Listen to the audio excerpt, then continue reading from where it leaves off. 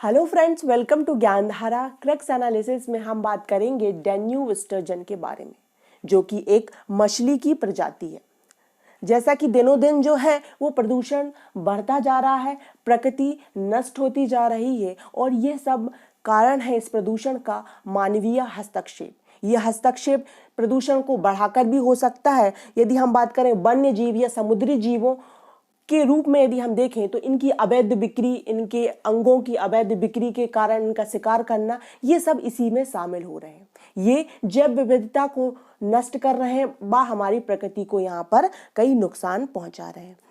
इसके तहत ही कई ऐसे जीव हैं जो संकटग्रस्त हो रहे हैं, विलुप्ति के कगार पर आ पहुंचे हैं। तो इसी कड़ी में यदि हम डैन्यूब स्टर्जन की बात करें तो विश्व वन्य जीव कोष, that is world wild life fund WWF द्वारा जारी एक रिपोर्ट के अनुसार डैन्यूब नदी के निचले क्षेत्र में विशेष रूप से जो मछली की प्रजाति पाई जाती है वो है डैन्यूब स्टर्जन, जो कि यहाँ के बुल्गारिया, रोमानिया और सर्बिया वाले क्षेत्र में, जिसमें यूक्रेन भी शामिल है, पाई जाती हैं।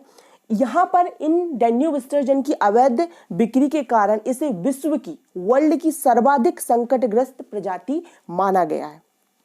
इस कारण से इसे रेड लिस्ट में भी रखा गया है IUCN की।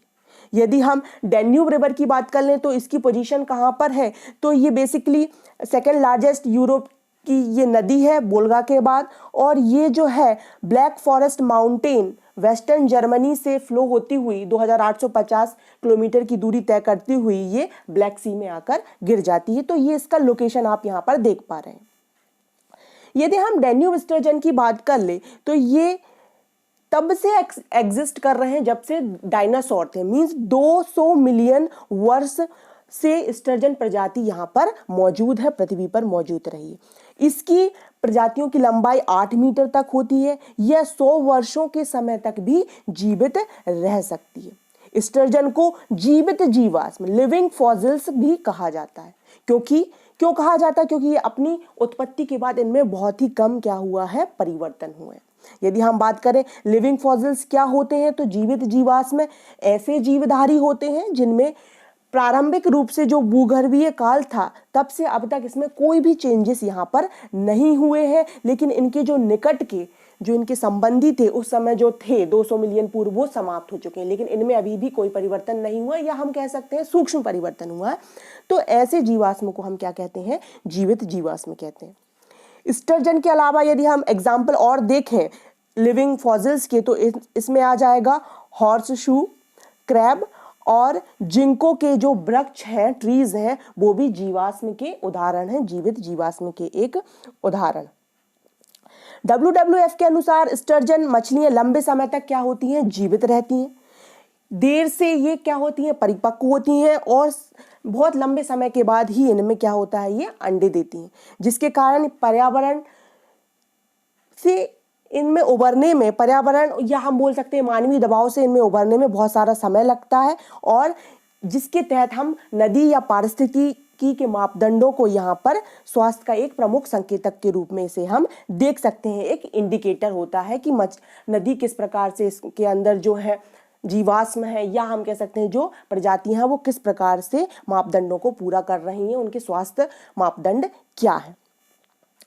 यदि हम इन स्टर्जन्स के हैबिटेट की बात कर लें, आवास की बात करें, तो लगभग 27 स्पीसीज हैं स्टर्जन की। 27 ऐसी प्रजातियां हैं जो कि कहाँ पर?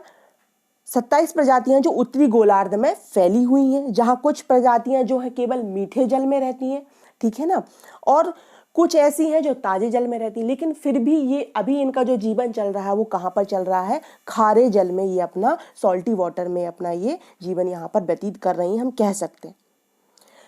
जो डैन्यूब स्टर्जन्स है वो मुख्यतः कहाँ पर? ब्लैक सी में माइग्रेट करती है, ठीक है। हम कह सकते हैं कि ये डैन्यूब नदी के जो काला सागर वाला क्षेत्र, वहां पर ये निवास करती हैं, और अंडे देने के लिए ये कहाँ पर आ जाती हैं? डैन्यूब नदी के किनारे पर ये हमें मिलती हैं। इनका मुख्य आवास स्थान है काला सागर या ब्लैक सी, और ये अंडे देने के लिए आती हैं यहाँ पर डैन्यूब नदी के किनारे, और इस किनारे पर ये पलायन करने लगती हैं। इनके लिए खतरा क्या है, संकट क्या है? तो ओवर एक्सप्लॉइटेशन हो रहा है, अतिदोहन हो रहा है, अवैध रूप से शिकार किए जा रहे हैं, ठीक है ना। जिसके कारण जो है ये संकटग्रस्त प्रजातियों की कैटेगरी में आ गई। साथ ही साथ यहाँ पर कई बांधों का निर्माण किया गया है, डैम्स का यहाँ पर निर्माण किया गया, जिससे कि जो नेचुरल मार्ग है इनके पलायन का, जो अंडे देने के लिए डैन्यूब नदी के किनारे आती है, वो क्या हो गया है, अवरुद्ध हो गया, जिसके कारण भी ये क्या हो रहा है, इनकी जो प्रजाति है वो खतरे में है। इनके जो नेचुरल हैबिटेट है उनका भी क्षरण हो रहा है यहाँ पर। साथ ही साथ प्रदूषण तो एक मुख्य इनका कारण ही है।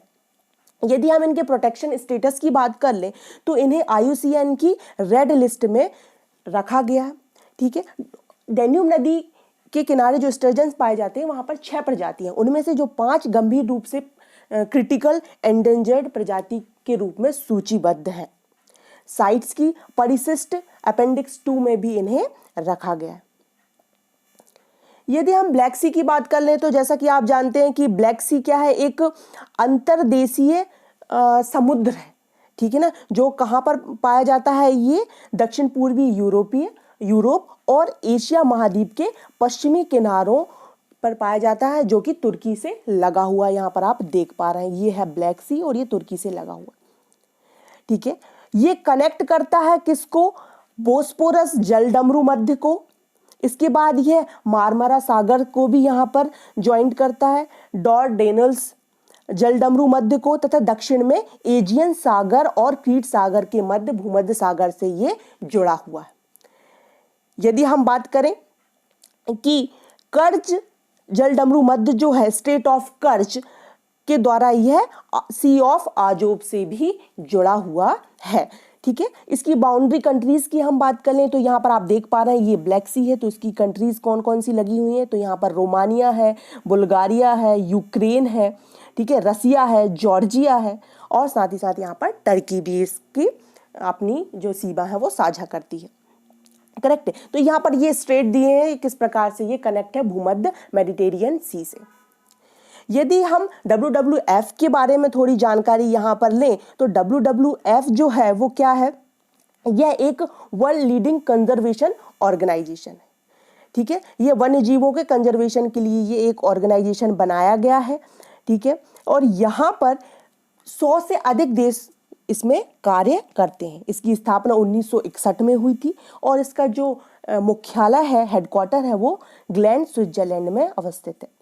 यदि हम इसके मिशन की बात कर लें, इसका मिशन क्या है, मेन मोटो क्या है, तो प्रकृति का संरक्षण करने के लिए, कंजर्वेशन करने के लिए, पृथ्वी पर जीवन की विविधता को बनाए रखने के लिए, सर्वाधिक दबाव वाले खतरों को कम करने की दिशा में ये एक महत्वपूर्ण काम करता है। इसके द्वारा उठाए गए कई महत्वपूर्ण काम, या हम देखें कि इनिशिएटिव WWF ने क्या लिए हैं, तो इसके मुख्य 5 इनिशिएटिव की हम यदि बात कर लें तो T x2 गोल, जिसके तहत जो है यहाँ पर टाइगर्स को दोगुना करने के लिए यह एक अवार्ड है जो कि कई देशों को दिया जाता है। अभी हम हाल फिलहाल में देखें तो 2020 में हमारे पीलीभीत टाइगर रिजर्व को ये अवार्ड WWF द्वारा दिया गया है, जहाँ पर 2014 और 18 के बीच में 25 से 65 जो टाइगर यहाँ पर बढ़ा दिए गए। तो इसका मेन गोल है कि डबल करना, कुछ दिए गए समय में जो बाघों की संख्या है उनको डबल करना। ट्रैफिक इनिशिएटिव की बात करें तो ये बेसिकली काम करता है कि जो व्यापार हो रहा है वन्य जीवों से रिलेटेड या फिर वन्य संपदा से रिलेटेड, समुद्री जीवों से रिलेटेड जो भी व्यापार हो रहा है, उन व्यापार की वजह से जैव विविधता में कोई परेशानी ना आए, तो उसके लिए ये ट्रैफिक यहाँ पर काम करता है।